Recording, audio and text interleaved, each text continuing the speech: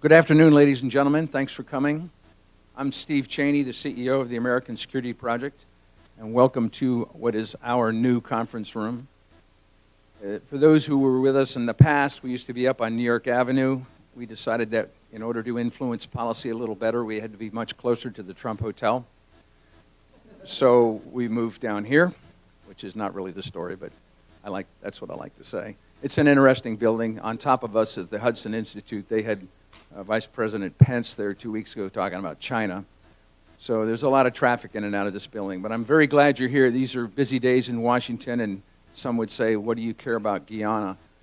And energy security has long been a topic for our organization. And we're concerned with energy security, energy production, who controls it, where the funds are going, and how it influences policy, certainly in this hemisphere. And of course, the find in Guyana is spectacular. It's great for that country.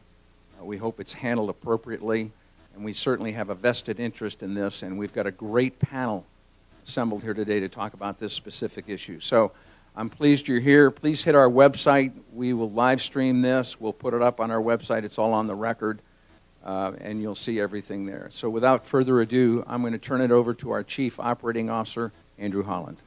General Cheney, thank you. I'm Andrew Holland, COO of ASP. I'll be moderating today's event, and I'm also the author of the report that you have on the table there, Guyana, Building Sustainable Security. Welcome also to those of you following on Facebook, or if you want to tweet anything on Twitter, we're at #ASPEnergy. So what we're going to be talking about today is how, really in the next decade, Guyana, small country in the Caribbean and on the Atlantic coast of South America, will become one of the world's largest producers of oil per capita. I'll be talking about the geopolitical challenges and opportunities the country face, and our other speakers will talk about other issues as well. I'm going to introduce each of our speakers here first, and then we'll each speak for about 10 minutes, and then we can have an open discussion, and we'll have moderated discussion and open it out to you all in the audience. First to speak today will be Sonya Boodoo. She's a senior analyst at Rystad Energy, focusing on upstream activity. Her experience in the oil and gas sector includes fiscal regime modeling, petroleum economics, and exploration geology for energy and power companies and consulting companies based in the United Kingdom, Norway, and Trinidad, where she originally comes from. She will show us Rystad's estimates on how much oil is recoverable in Guyana, how much revenue that will mean for the government and people there. And she traveled here from London, so we're happy to have her here. Thanks, Sonya. Next will be Vice Admiral Kevin Green. He's a new member of American Security Project's Consensus for American Security, our quasi-advisory board that keeps us on the straight and narrow when we're talking about national security issues. He served more than 30 years as a naval officer, completing his Navy career as Deputy Chief of Naval Operations. As DCNO, he coordinated global naval operations, strategic planning, information operations, and policy development. As a flag officer, he commanded Naval Forces U.S. Southern Command, which includes Guyana and the region. After leaving the Navy, he led IBM's Department of Defense and intelligence community businesses. Admiral Green currently consults with the Defense Science Board, the National Academy of Sciences, and on behalf of defense industry clients. Admiral Green will be talking about the security and geopolitical issues. Finally, Lisa Viscidi is Director of the Energy, Climate Change, and Extractive Industries Program at the Inter-American Dialogue. She's a specialist in Latin American energy issues, focusing on policy and regulations, oil and gas markets, sustainable transport, and the social and environmental impacts of natural resources development. She will give us a perspective on how other countries in the region have dealt with the challenges that Guyana will face. With that, I'm going to turn it over to Sonya, and she'll tell us about where the oil is and how much there is. Thank you, Sonya. Okay, hi everyone. Today I'll present my company's view on the E&P activity in Guyana. So Rystad Energy is an independent energy consulting and business intelligence data firm. We're headquartered in Oslo and provide consulting services as well as databases for clients in the energy industry. We have offices around the world, as you can see. So today we'll talk a little bit about Guyana, particularly the E&P activity there in terms of the resources discovered so far, the production that could come from these resources, as well as the economics behind those projects. And finally, we'll look at the fiscal regime and compare it with some other offshore regions. Okay, so firstly, we'll look at a map of Guyana showing the licensed acreage offshore. And what we see is that there are 7 quite large licenses offshore Guyana, with 1 license holding all of the discoveries to date. There have been 9 discoveries to date in the Stabroek Block, and that block is owned by Exxon in partnership with Hess and CNOOC.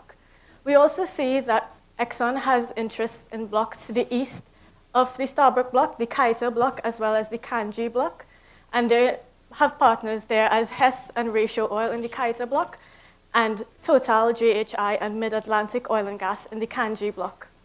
To the south of the Stabroek Block, we have Block Kanuku, where Repsol operates in partnership with Total and Tullow. And we have also CGX active in the region with 2 blocks, 100% owned, the Corentyne Block to the south, as well as the Demerara Block to the west. In addition, Tullow is operating the Orenduk Block with Total and Eco Atlantic Oil and Gas as its partners there. So the bubbles on the map represent the discoveries that have been made thus far, and we'll talk about those in a bit more detail later on.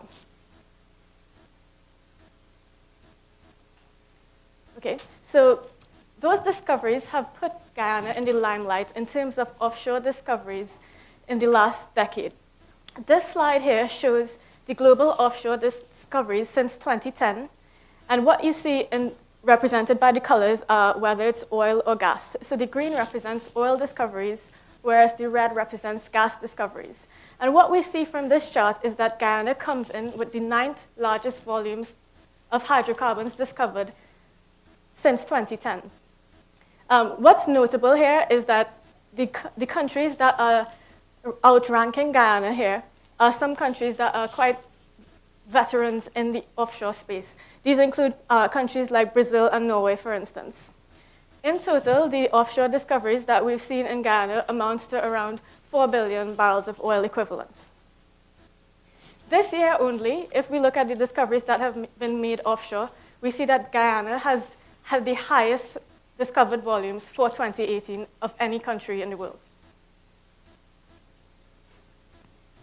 On this slide, we take a bit of a more in-depth look at each of these discoveries.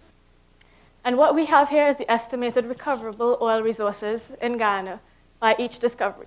So we see that the first discoveries were made in 2015, and we had the Liza 1 and 2 wells drilled in 2015 with a total of 1.4 billion barrels of oil estimated to be recoverable from those discoveries. In 2017, we had 3 discoveries, Payara, Snook, and Turbot. Payara, we estimate 437 million barrels to be recoverable. Snook, around 389 million barrels, and Turbot, 102 million barrels. This year, we've seen 4 discoveries so far, with Ranger estimated at 346 million barrels recoverable, Pecora, 297 million barrels recoverable, and Longtail, 338 million barrels recoverable. Most recently, we had the Hammerhead discovery being announced. I think that was in late August, and we estimate that discovery to have 262 million barrels recoverable. In total, we see about 3.6 billion barrels of oil recoverable in Guyana from these discoveries. What's notable also is that since 2015, Exxon have drilled 11 exploration wells, and 9 of these 11 wells have resulted in discoveries. This is quite a high success rate, as generally for the offshore regions, the success rate is around 35%, and for frontier regions like Guyana, specifically, it's around 20%. So the success rate in Guyana has been astounding thus far.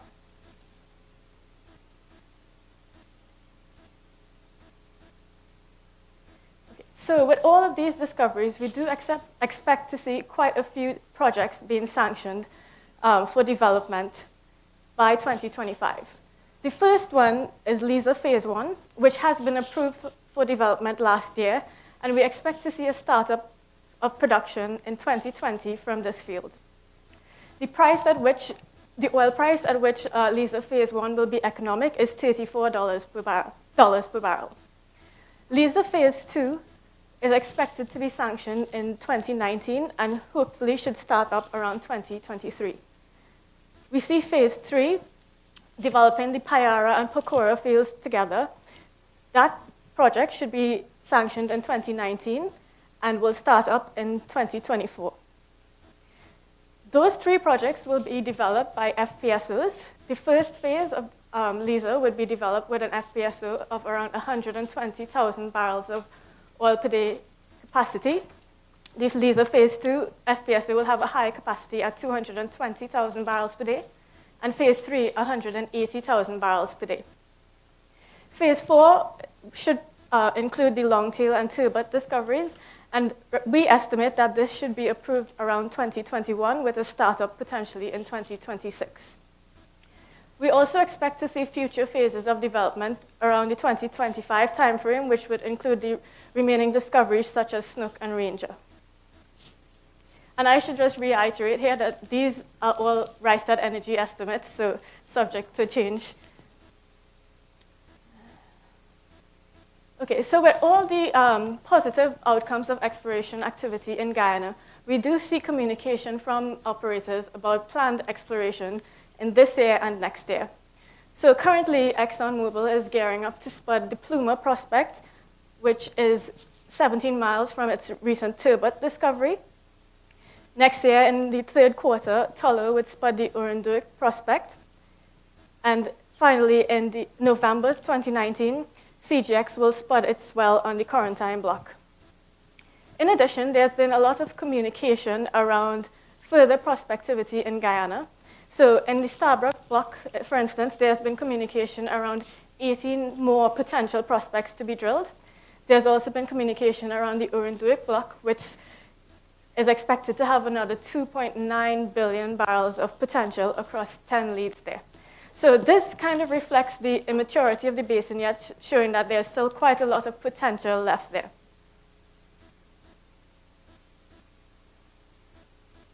Okay, so if all of these discoveries do get sanctioned and begin production, we expect that the production in Guyana could exceed 800,000 barrels of oil per day in the 2030s. And this slide shows what each of the discoveries, how they would contribute to the production in Guyana.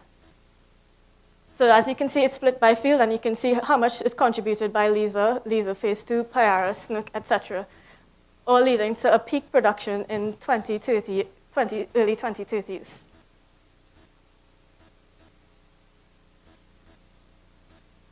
So moving on now to talk a little bit about the fiscal regime in Guyana. So the upstream activity there is governed by production sharing contracts. And there are two main elements of the production sharing contracts in Guyana. We have the royalty, which is 2% of your gross revenue. And then you have profit oil, which is split 50-50 between the E&P companies and the government. In the calculation of profit oil, certain allowances are used. The first one is depreciation of capital expenditure on a 5-year straight line basis. In addition, there's a cost recovery ceiling, which is 75% of your gross revenue. And the cost recovery ceiling limits the amount that can be deducted in calculating the profit oil. So the chart on the right shows your cost oil profile for Liza Phase 1. And what we see in the green line is your cost ceiling. So that effectively is your 75% of your revenue. The black line shows your deductible cost, which includes your depreciated capex. And the purple line shows the difference between the two, and that is the amount that you can use in your cost oil calculation. So moving on, the profit oil is basically your revenue minus your royalty, minus your operating cost, minus your cost oil as calculated above. And then this is split 50-50 between the E&P companies and the government. So in total, what the government takes is your royalty plus your government profit oil. Okay, and this is used, the government take is used together with other costs as well as your revenues to generate your cash flow profile. And what we see here is the cash flow profile for all of the projects that we've talked about before. If they are sanctioned and get into production, this is what the profile would look like. And what we can see here is the colors represents different items that add up to your total revenue. So your green at the bottom is your free cash flow, which is what goes to the companies. The browns is your government take, which is your royalty and profit oil. So that's what goes to the government. Then the olive and yellow is your capital costs, capital expenditure. And the reds and pinks are your operating costs. So the sum of all of these would be your revenue. And what we can see is that in the early 2030s, revenue can reach as much as $25 billion from all of these projects. If we take a look at only profit, which basically excludes this portion, and you see just the free cash flow and the government take, the profit will reach around $18 billion US in the 2030s. So when we aggregate the entire government take over the lifetime of all these fields, we can see what the government of Guyana is expected to take from all of these projects. So again, if all of them are sanctioned and come into production, we can see that at $50 a barrel oil price, the government of Guyana could potentially take $57 billion from all of these projects. At $70 per barrel, government of Guyana can potentially receive $111 billion US. And at $90 per barrel, potentially $172 billion. This is quite significant, especially considering the fact that Guyana is such a small country with a quite low population of under 800,000. So quite significant revenues to be had to the government there. So there's been a lot of debate regarding the fiscal regime in Guyana, whether it is fair. And what we've done is decided to analyze the fiscal regime compared to some other countries to see how it stacks up. And what we've done is taken the average government take metric and compared it over the different offshore regions. So what the average government take is net present value of your government take divided by the net present value of the profits of the field. And this metric for Guyana comes in at 59%.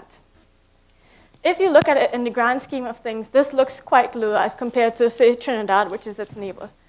However, we do note that Guyana is a frontier region, and we need to compare the fiscal regime of frontier regions with other regions of similar maturity in order to gauge whether it stacks up.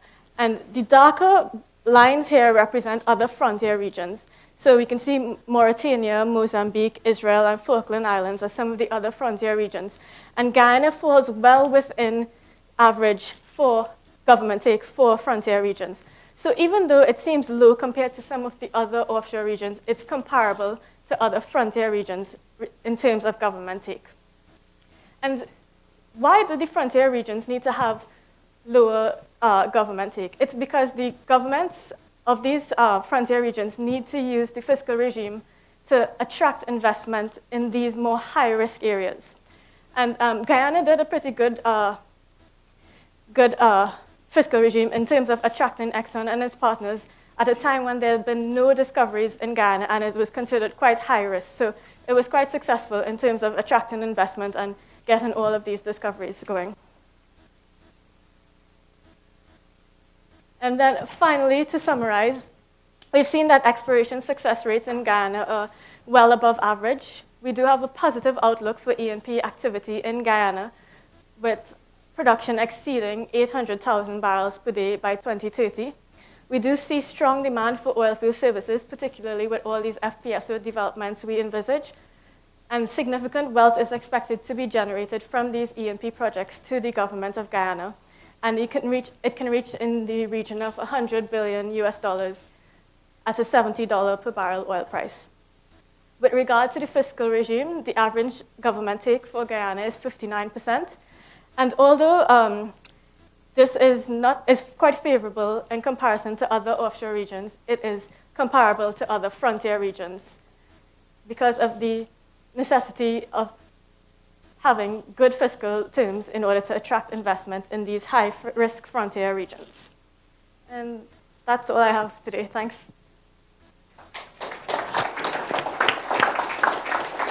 Sonya, thank you. And I think a really astonishing story when you look at this. $100 billion for any government is a large windfall. And for a country of the size of Guyana, I think it's quite astonishing.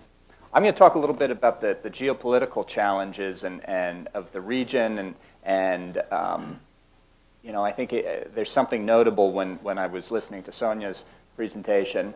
9 of the 11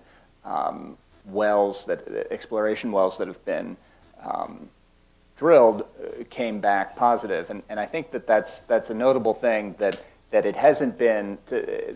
It was only just recently that it was actually explored, and part of the reason for that is geopolitical, I think, and I'm going to demonstrate that maybe Guyana's neighbors haven't always been open to them developing this oil and developing as a country. But you know what they say about when $100 billion, kind of in the immortal words of Puff Daddy, more money, more problems. You know, a resource boom has not always been beneficial to small, poor countries, and as I write in the paper, resource curse can result in failed governments, macroeconomic stagnation, and endemic corruption. And I think actually the neighbor to their west, Venezuela, unfortunately shows the worst examples of the resource curse right now. But as of now, I think we have reason to be optimistic here. Guyana appears to be taking the right steps to avoid the curse, and Lisa will go into some of the lessons further here. But what I'd like to talk about kind of on the geopolitics, the islands of the Caribbean and all the states around the sea's border have always been too small, really, to control their own geopolitical destinies. Their problem is dependence. Hundreds of years ago, it was dependence on slaves, imported food, now dependence on global markets, and dependence on imported energy. For the last 2 decades, really, Venezuela's Petrocaribe initiative met the needs of these Caribbean countries right where they were most vulnerable, most dependent. That's energy security. Guyana joined Petrocaribe in 2009, trading rice to Venezuela at inflated prices in exchange for subsidized oil, creating a relationship based upon dependence. And I think in my research and writing about Petrocaribe over the years, I think that's very clearly on purpose. They wanted to create a relationship based on dependence. And Venezuela expected dependent countries to follow their directives. And notably, I think Venezuela wouldn't allow countries to grow away from that dependence. If I could show here. In 2013, the Venezuelan Navy boarded and detained the crew of a vessel exploring in Guyana's waters for oil.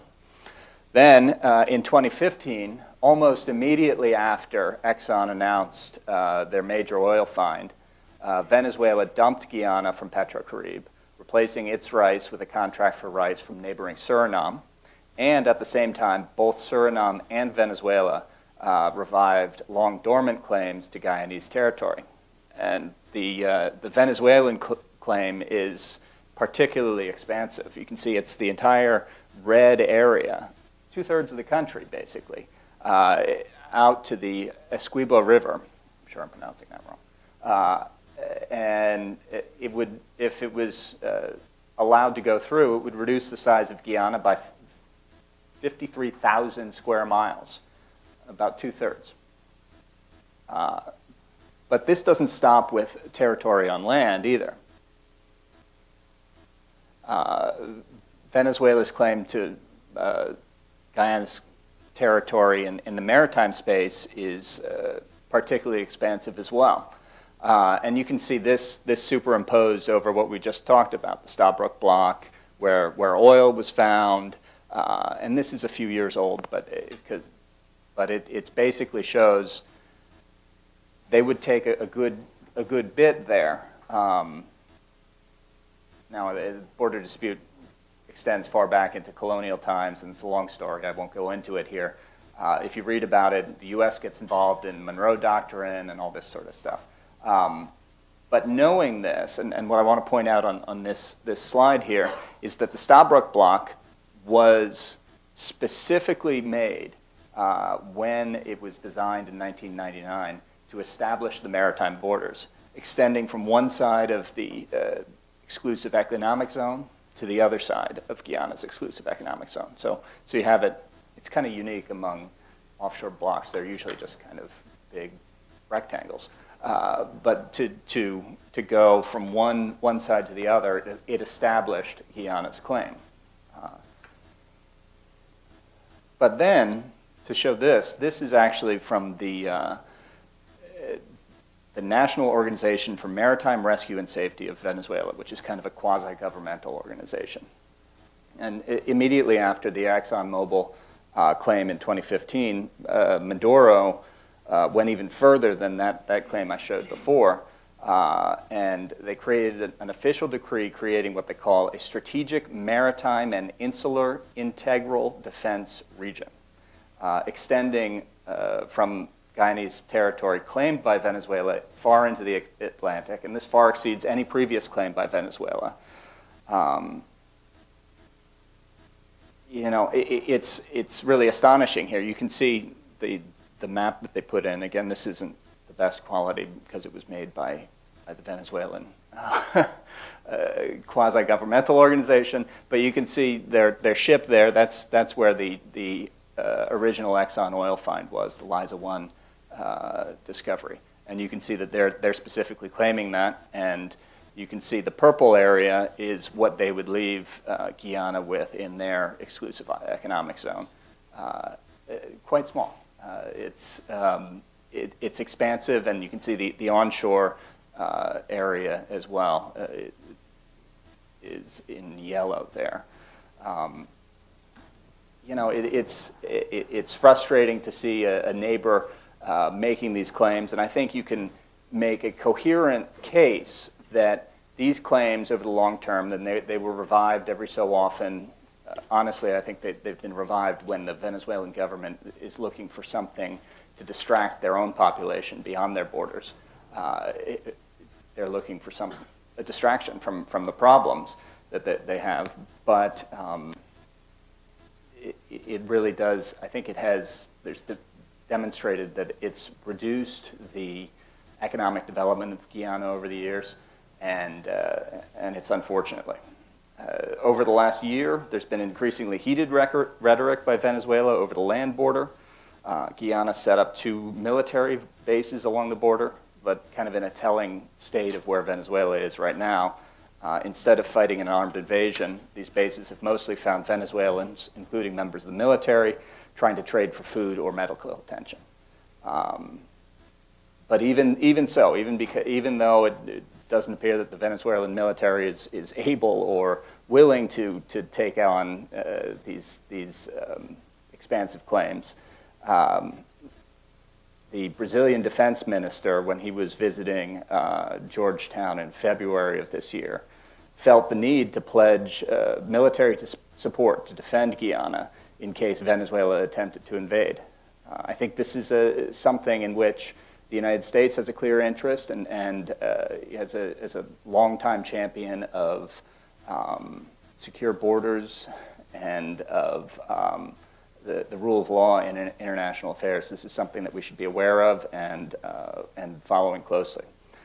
January of 2018, the dispute was referred to the UN Secretary General, to the International Court of Justice in The Hague. Government of Venezuela has so far refused to take part in the process, but the government of Guyana is attempting to find a judgment by the court to finally end the dispute. What I'd say, though, about all this is that the remarkable thing is that Guyana is overcoming these geopolitical challenges to its very territorial integrity. I think, as I write in the report, that newfound energy security could, if managed correctly, allow it to grow into a model for the region, for the Caribbean, for South America, and with good policy and a little bit of luck, it'll be able to stand on its own as an equal, to choose its own path in global affairs, without regard to where its imports of energy come from. With that, I'm going to turn it over to Admiral Green and let him talk about what his experience in the U.S. Navy and would have to say about this and his take on it. Admiral Green, thanks. Thank you, Andrew. I'm delighted to be here. Let me begin with a disclaimer. None of the remarks I'm about to make have been cleared with the United States government, not the State Department, not U.S. Southern Command, not the Department of Defense, and by none of the companies with whom I work these days. But I'll make the remarks anyway.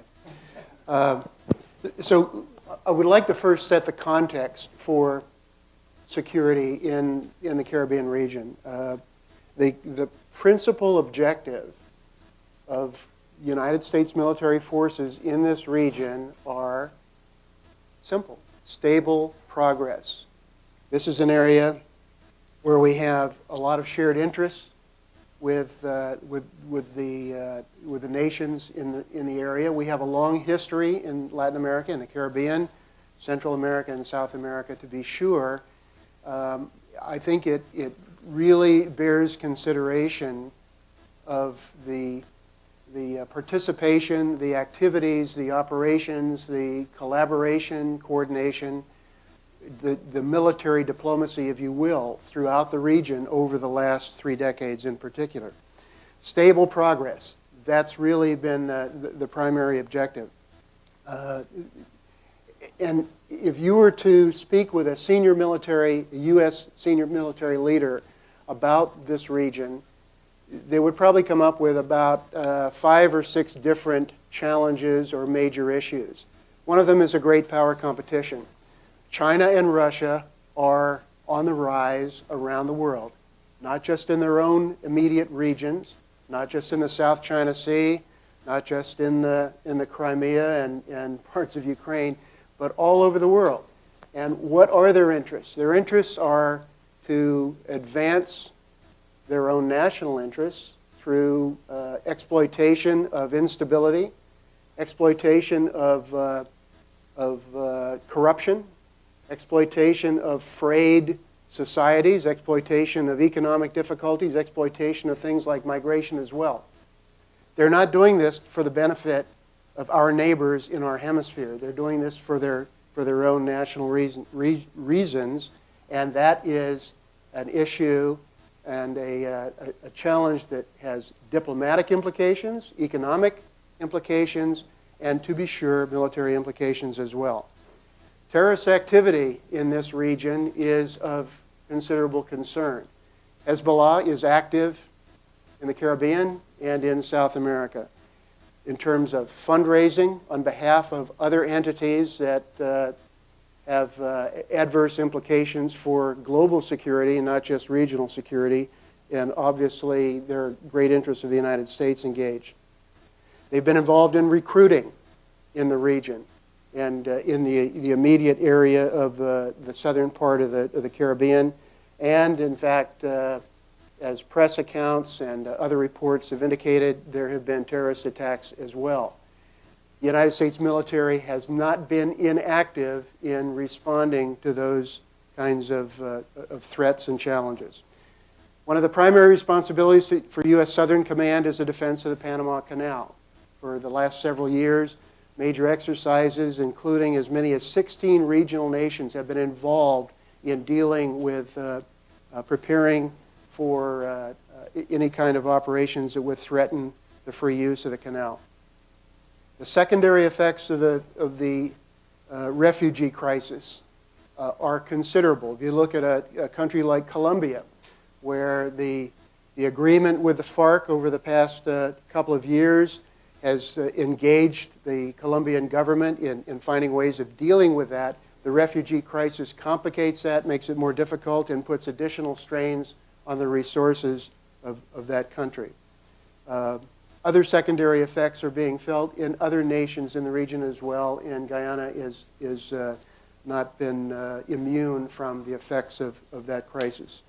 Trafficking, obviously, narcotics, human beings, whether they are migrants or they are captives, commercial products as well. Illegal, illicit, unmonitored, unsecured trafficking is a matter of great interest, issue, and concern to the United States and to our partner nations in the region.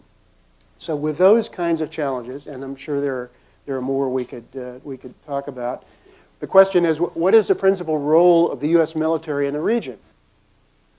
When we start wondering what would happen if certain contingencies took place, how does the U.S. military engage itself in those situations? I would first start with a comment that the purpose and the role and the objective and the culture of the U.S. military globally, but in particular in this region, is non-belligerence. We work in collaboration and coordination with our partner nations. Maritime security is a major one. Obviously, I had a lot of personal engagement in that area, whether it has to do with reducing, interdicting illicit trafficking of materials or individuals. Counter-piracy, which is an issue which is growing in level of activity, particularly in the Southern Caribbean, and other issues as well. Providing intelligence and sharing intelligence on movement of questionable traffic to partner nations as well.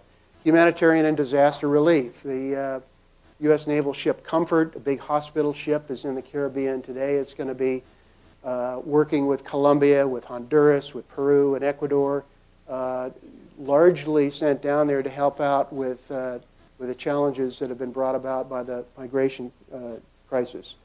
Training and professionalism with partner nations has been a big part of the U.S. military's engagement in this region for many, many decades. Professionalism of officers, senior enlisted, and so forth, the supervisors, training in functional areas, not just combat-type operations, but military engineering, logistics, management of resources, and so forth, and providing operational and material support. When we talk about operational support, we're really talking about everything from providing logistics to providing backup, to providing surveillance and intelligence resources, information sharing, and so forth, and a material support. I think you'd be quite impressed, if not amazed, at the level of support that the U.S. military, particularly the United States Army, has provided in terms of working with nations in this region and digging wells or providing improvements to sanitation conditions in areas where they've been engaged.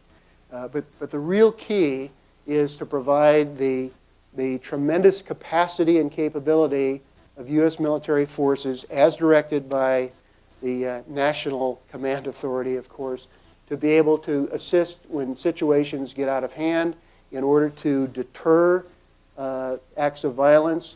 And I have to say, when asked recently about what would happen if Nation A decided to go across the border and take over property or territory of another nation, well, in my view, that's one way to turn a nation that's in the course of a disaster into one that's in a course of catastrophe. We will not be standing by. As Andrew mentioned, Brazil has made a very serious and legitimate commitment to help in the event of outside encroachment. In order for a nation that has been fortunate enough to find additional source of resources to help in its development, responsible nations in the region are not simply going to stand by and allow untoward acts of international terrorism to stand. And I think I'll leave it at that and look forward to questions.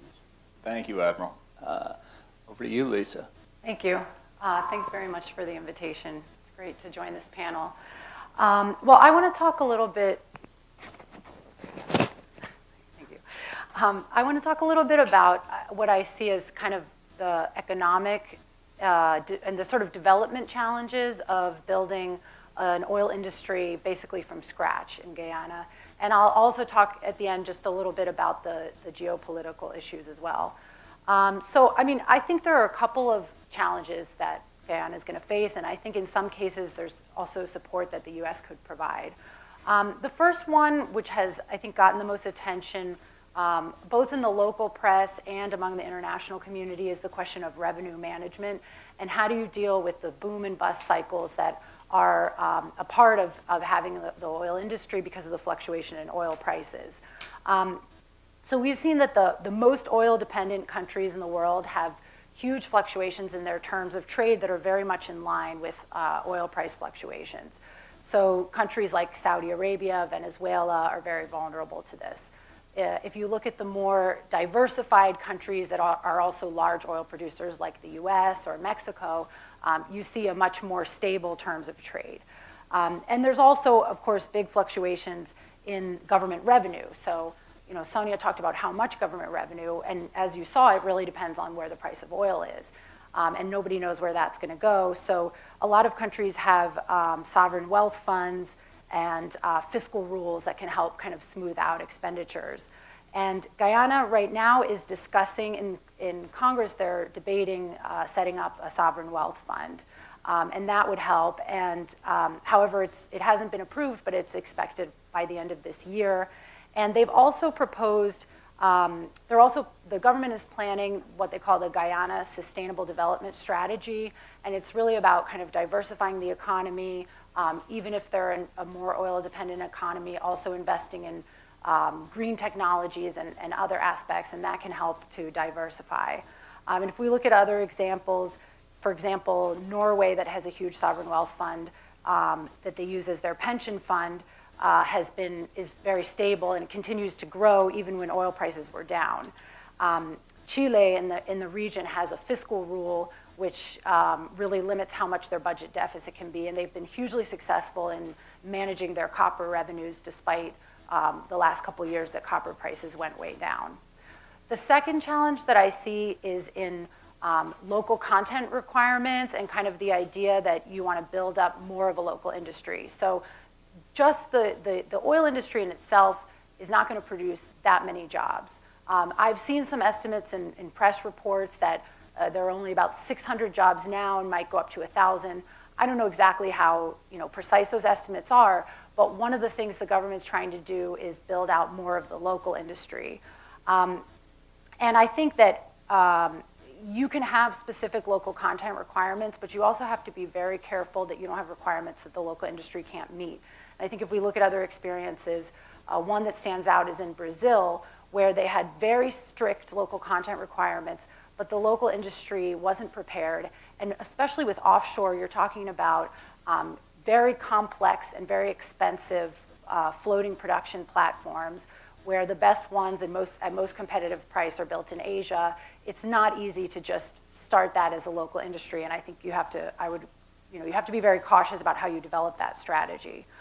There's also been some discussion in Guyana about building a refinery, and I also think that it would seem to make sense, the idea that you would add value to the crude oil, but in fact, refining is a very low profit business, and it requires huge upfront investment, and it's very susceptible to corruption. It's very easy to have corruption schemes. And again, I would point to the example in Brazil, where once they discovered the pre-salt, they had these massive plans for building new refining capacity.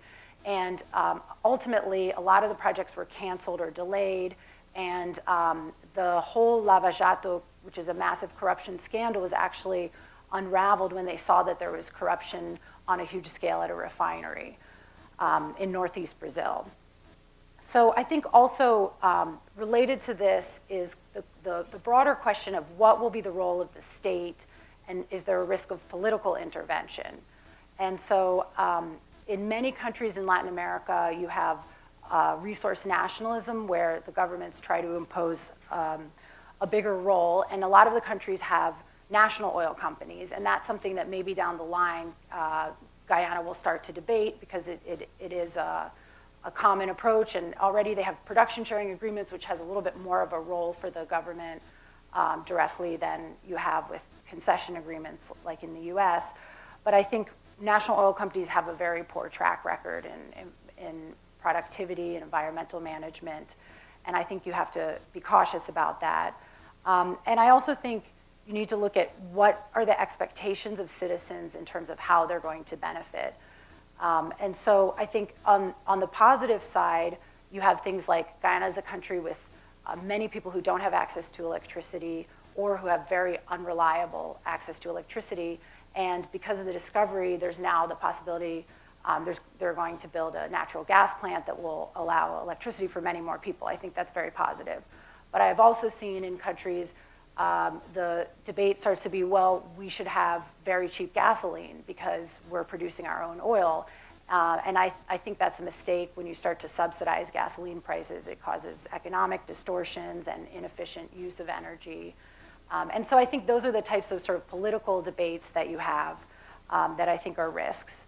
The third is environment and safety regulations. It's extremely important for a country that develops and is able not just to put on the books, but to really enforce the right environmental and safety regulations. And I think there's more work to be done there in Guyana, and you have to be prepared for a potential oil spill and have contingency planning. That's something also where I think the US, after the Deepwater Horizon spill, made some improvements in environmental regulation and planning, and also partnered a lot with other producers in the Gulf of Mexico, like Mexico, and also even Cuba. And so I think there could be some opportunities for collaboration there and sharing experiences. And then finally, human capital is going to be a big challenge for Guyana, and you're going to need to have very sort of specialized skills to fill positions, everything from oil services to the regulator.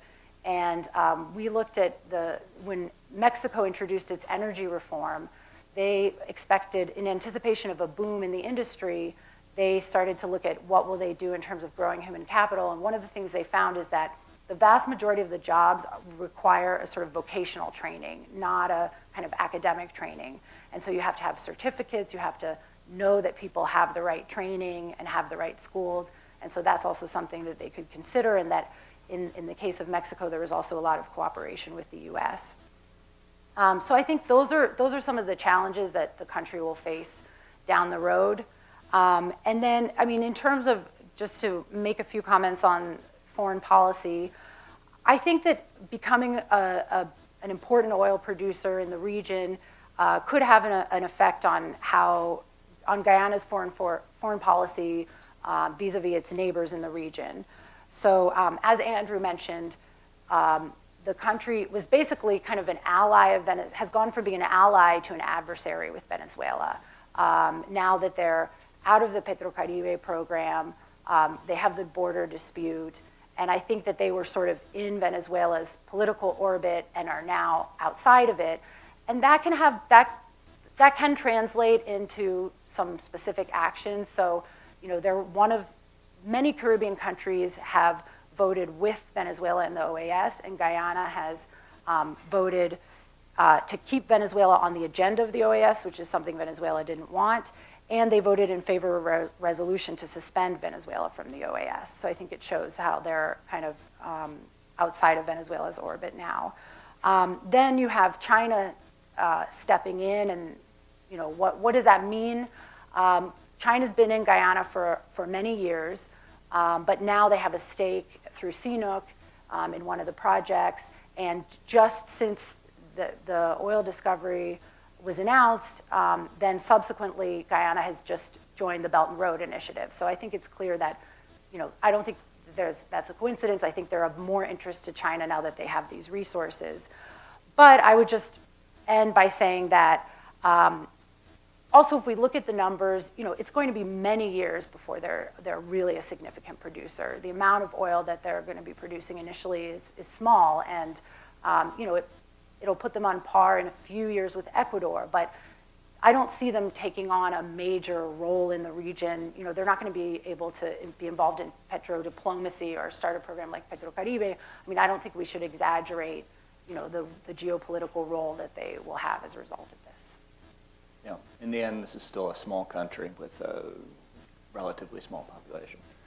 Thank you all. Thanks to our panel. I think, you know, just looking through my notes, going everything from, you know, millions of barrels of oil to $100 billion in revenue to stable progress to great power competition to, you know, the refugee crisis to resource nationalism, environmental and safety regulations, the OAS and China Belt and Road. I think we covered a lot of ground here. There's a lot of things to talk about. We have about 10 minutes left, so I'm going to open it up to questions straight away. I see the first one here, and then I'll go to this one here. Please wait for the microphone to come around because we are recording it, so the people on Facebook and everywhere else can hear you and know what's going on. Please identify yourself. Yes, my name is Frank Fletcher. I'm with Daniel Morgan Graduate School here in Washington, D.C. My question is, has anyone done a study of the financial cost and the time frame to develop the infrastructure that Guyana would need to have in order to export what their potential will be? Sonya, I think that's I on haven't you. looked into that in any detail. Lisa, any? I can say that I know that they've already received some loans from China for infrastructure, like airports and roads, but I don't know the cost. I think actually the oil companies will be building the platforms. I think the offtake, I don't know if it will even get on land in Guyana. I think they'll pick it up and send it off to markets directly from the offshore. So the tankers. So it actually won't be that much onshore infrastructure in terms of exporting facilities. So, I think, sir, right there in the middle. Thank you. May I stand? Thank you very much for your presentation. My name is John Chester Innes. I'm the first secretary at the Embassy of Guyana. Welcome. I would like to sort of apologize for the ambassador's absence. However, he did not receive an invitation to this event. I sent it along. I would just like to make a few points. Sure. I would like to, first of all, acknowledge your I would like to acknowledge your views on the Venezuelan claim. That's the first thing I'd like to do. However, we do not see it, we do not view it as a border dispute. We view it as a border controversy. That's a good Secondly, way to put it. Guyana has always taken the peaceful approach to the settlement of disputes. And so if you look at our actions, they have been historically aligned with the rule of law and the proponents of the fact that we see an international order as being one that necessitates disputes being settled within a particular legal framework. The current administration, since it assumed office in May 2015, we have by and large sought to engage with our international partners in this new sector. You have already highlighted the fact that it is new to us. So what we have begun doing is that we have begun focusing on how we can build capacity at home. We recognize that there are challenges, so we're trying as best as possible with the aid and assistance of our international partners to be able to overcome those challenges. As you noted, the Sovereign Wealth Fund is something that is very important to my president. It's important to the country as a whole because we know about the experiences of other countries in relation to the Dutch disease. We do not want to fall into that trap as well. And I believe that we have a very unique opportunity whereby now we could look at the experiences of other countries and try to see how we can be, our story could be one of a difference. So indeed the Sovereign Wealth Fund is being established so that future generations can benefit from the proceeds of this sector. We do not want to, while the sector is receiving a huge amount of buzz back home and also in the international community, we do not want to sacrifice our other industries. So indeed, attention is also being paid to maintaining our other industries, which are by and large agricultural based and extractive. And we do hope that the proceeds out of the energy sector will go towards projects such as infrastructure, linking our far-flung communities and educating our generation so that, and this comes back to capacity, so that we Guyanese can own the industry. We can be the ones who are helping to grow the industry along. And I would finally like to take this opportunity to open the arms of the embassy. The ambassador and staff, we are very appreciative of the fact that Guyana's developmental thrust and our other prospects are being given careful consideration.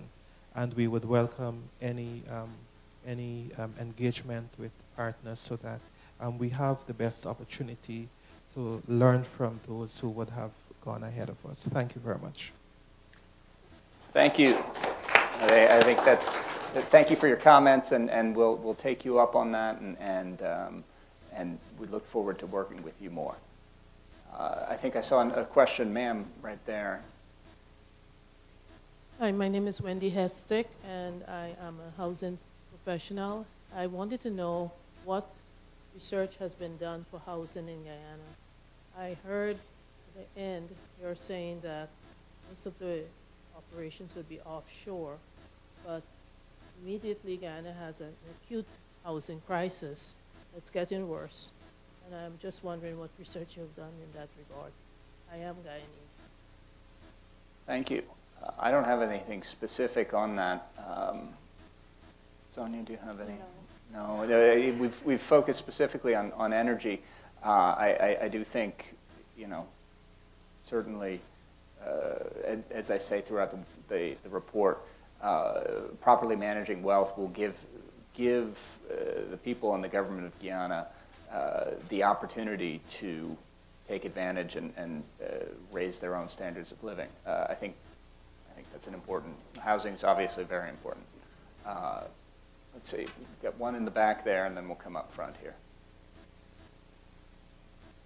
Hi, yes, Mia Kaisman from the Americas program at CSIS. You touched on this a little bit, but I was wondering if you could expand on how the Venezuelan refugee crisis and also the issues with PDVSA will play a role in this going forward. Maybe Lisa or Admiral Green? Something. Well, I mean, there are some Venezuelan refugees going to Guyana, but it's nowhere near the numbers that we're seeing going to other neighbors. By far, the most are going to Colombia, over 1 million, and then many to Brazil. I think they're going to, the larger countries where they have, in the case of Colombia, a common language, more job opportunities. But certainly, Guyana is also being affected. There are refugees going there, and probably the numbers will increase across all countries. I think it's more the humanitarian crisis. I don't know if there's a link with, PDVSA specifically, but I think Guyana is affected by the humanitarian crisis in Venezuela. Anything to add, Admiral? No, I think that's spot on. It's I mentioned the secondary effects of the migrant or the crisis in terms of the ability of the nations that are suddenly inundated with hundreds of thousands and now over 4 million migrants coming in, and dealing with that in addition to the other issues that they're dealing with in an environment of short resources creates problems that even though Guyana may not be dealing with large numbers of refugees, it can affect the ability of their neighbors to help out in the event that things get even more difficult. Sir, right here.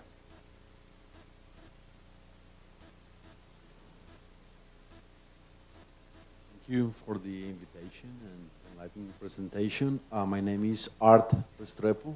I am the CEO from Ecotropics. We have projects in the Guyanas Shield, specifically on the environmental and social safeguards. Right. It's very important when you know the region on the ground truth. It's the, you mentioned about, in both of you mentioned about the market on and offs for the future. Suriname, a neighbor, that they listen to each other, they work out together. Alcoa settled a refinery many years ago for bauxite to produce aluminum, to refine aluminum. Mm-hmm. But now that refinery was built, it was so expensive, and now it was left out of nothing.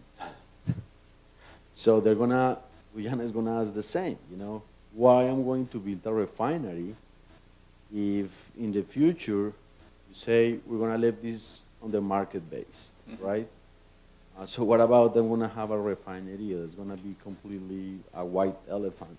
So if we're gonna talk about real security, we as the country have to commit more beyond expecting that the market is gonna solve the future of these people. Because Guyana, honestly, I mean, it's great people and everything, but there's also good infrastructure in terms of basically to the local city. But when you go in depth in the rainforest, so when you go to other places, there's nothing in terms of even electricity. Right. And so there's also a lot of lack of capacity building, you know, to tackle the challenges of the future oil boom. Mm-hmm. So it's something that we have to look ahead now. Yeah. Because just think about, they're going to start comparison, you know. Yeah. And China and Russia, of course, are going to take advantage of those Certainly. mistakes. Certainly, and part of the reason for holding this event today is to raise awareness and to begin planning and thinking within the United States and within DC, and certainly we're hopeful to see the same thing, and you know, to hear from Guyana that they're working on the same thing, build the policies and awareness now. Sir in the back, and then I think we're going to have to close up shop. This will be the last one, but we'll be free to talk afterwards and talk some more. Hi, my name is Justin Locke. I'm with the Rocky Mountain Institute. We have been retained by Guyana Power and Light Great. to provide technical assistance to them to go to 100% renewable energy Right. and address the challenges there. Mhm. Something that wasn't really addressed today, obviously, was also the gas reserves that were identified, and that some of that gas was possibly earmarked for domestic use for base load power. Which also contradicts the green growth strategy or the green state strategy Right. 100%. So I'd like to hear your views a little bit on the gas side, right? And both from a potential and export, and how is that contradicting with the government's goal to be 100% renewable energy when there's plans from Exxon to use some of that for base load domestic power? Yeah, I mean, I think it's astonishing reading the green growth plan that they've put forward. By 2025 to be 100% renewable is amazing and quite a goal. I don't know the plans for gas. Sonya, have you all looked into gas? It's predominantly oil, as you Yeah, said. but there is some gas, but currently there is no export route, no pipelines, for instance, and there'll be a huge cost involved in getting those pipelines created if they do go ahead with that. So I think that right now is a barrier to the gas actually being developed and coming into production. Yeah, that's right. Lisa, do you have you heard? You mentioned, I think, a little bit the onshore gas as an energy source. Yeah, I mean, there are plans for using the gas for domestic electricity. I mean, you could still, in the long term, have 100% renewables, only if you have really reliable hydro for baseload power, if you're not going to use gas. But I think, I think that the country seems to be looking for a balance between taking advantage of this new resources that they have, but also continuing to have a green economy and, using green fuels, and also it's part of their appeal for tourism. So I think I think they're looking for a kind of balanced approach. With the UN RED program and other sort of sustainable development goals. I think it is quite interesting to, when you read the Green Growth Initiative, it's an astonishing sort of amount of conservation and sustainability built into it. And we can only hope that it pursues and moves forward. With that, please join me in thanking all of our panelists and thanking you all for joining us. We'll look forward to talking about this more. Keep an eye on our website, AmericanSecurityProject.org, and thanks for coming.